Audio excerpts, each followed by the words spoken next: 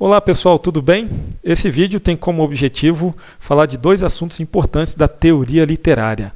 O primeiro deles é sobre as eras da literatura em Portugal e no Brasil. Não estranhe aqui a tela mostrar aí gêneros literários. Isso faz parte de um material que eu trabalho com os meus alunos em sala de aula, mas eu achei importante falar disso aqui para vocês e aproveitar esse material que eu já uso em sala de aula. Tá? Eras da literatura em Portugal e no Brasil, e depois a gente vai falar das tradições literárias. Ok? O que seriam essas eras literárias? Elas são agrupamentos das escolas ou estilos literários de época, né, de acordo com as características que cada uma tem, né, predominantes, e também do momento histórico em que elas se inserem, né, essas escolas literárias ou esses estilos literários. Ok? Vamos ver aqui no quadro aqui as eras literárias de Portugal e do Brasil, que é o que interessa para a gente, uma vez que nós temos uma literatura em língua portuguesa, né? Note que nessa tela que você está vendo, você tem de um lado Portugal, do outro lado o Brasil, e no caso do primeiro estágio ali, o Brasil não tem nada registrado, porque o Brasil, como você sabe, só foi encontrado pelos portugueses depois do fim da Idade Média, né? E o Brasil não tem uma tradição literária anterior a isso. Na verdade tem, mas uma tradição literária oral, né? Os índios não tinham um sistema de escrita para registrar, né, os seus textos literários, digamos assim, né? Então Portugal tem uma era medieval que se estende aí do século XII até o século XV, e dentro desse período se encaixam duas escolas literárias, na verdade uma escola literária e um período de transição aí importante, né, chamado de humanismo, trovadorismo e humanismo. No Brasil, nada, né? Em Portugal, nós temos a Era Clássica na sequência, que começa ali no início do século XVI e se estende até o século XVIII. Observe que aquele humanismo que eu falei que era um período de transição, ele meio que pavimenta o caminho para o classicismo e o maneirismo, né? E na sequência ainda temos o Barroco e o Arcadismo, que também é chamado de neoclassicismo, né? No Brasil, nós também temos uma era clássica. Em alguns livros você vai ver essa era clássica sendo chamada de era colonial, porque se refere ao período da colônia brasileira. Mas já não é muito usual esse tipo de classificação. Então, era clássica, né? Começa ali no início do século XVI, né? A partir dos anos de 1500, e vai até o século XVIII. Né, os anos de 1700 e tanto, tá bom? Então nós temos aí duas escolas literárias dentro dessa era clássica, o Barroco e o Arcadismo, tá? Em Portugal, na sequência, nós temos a Era Romântica.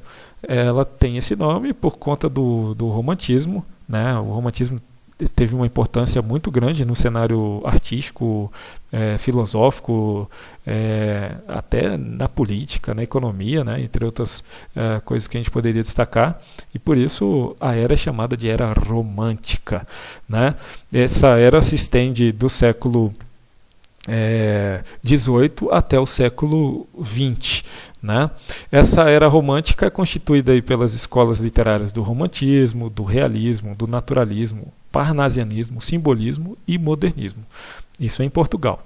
No Brasil, todas essas que existem em Portugal, com o acréscimo de uma fase de transição do fim ali do realismo, naturalismo, parnasianismo, para o início do modernismo, chamada de pré-modernismo.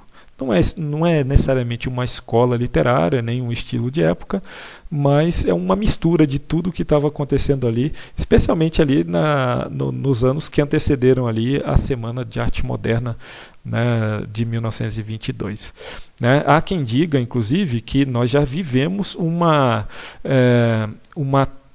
terceira era literária aqui no Brasil, uma quarta era literária lá em Portugal, chamada de era moderna, pós-moderna. Ainda não tem um nome específico, então por isso ainda nem foi catalogado nos nossos manuais. Ok? O próximo ponto que eu falei para vocês que nós íamos abordar é o das tradições literárias.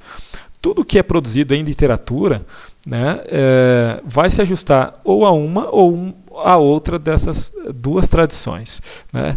Existem duas tradições na história da literatura, e uma delas é a tradição clássica, que tem uma essência que a gente chama de apolínea, né? E a tradição romântica, que nesse caso é dionisíaca, né? Mas antes de a gente passar, observe por que elas são chamadas de apolínea e dionisíaca, respectivamente.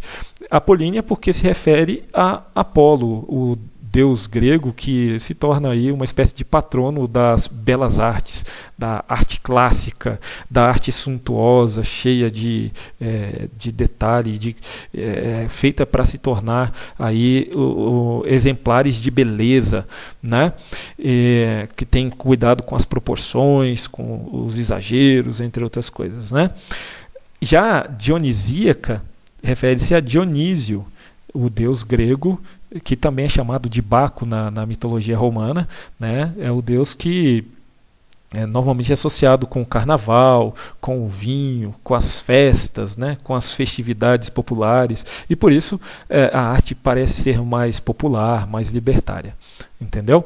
Então vejamos aqui o quadro final aqui que nós temos, que é de como essas tradições literárias se diferenciam uma da outra. A tradição clássica, ela tem como características centrais aí a harmonia e o equilíbrio, né? A proporcionalidade e a simetria, a simplicidade, a clareza e a concisão, né? O racionalismo e a objetividade, noção de que tudo que é belo é bom. Né? Há uma busca aí pela beleza, né, como uma das finalidades da construção artística e, por consequência, da literatura. Né? Veja que é um estilo comedido, um estilo mais erudito, né? Respeitado pelas altas classes e apreciado, né, pelas altas classes. Né?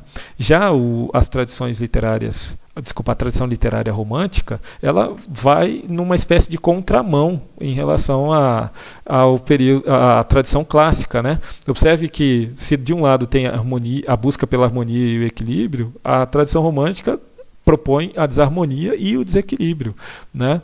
O rompimento com as regras, né? Nada de seguir parâmetros, padrões estabelecidos, modelos, né, consagrados. Crie-se modelos livres, né? A valorização do complexo e da evasão, né?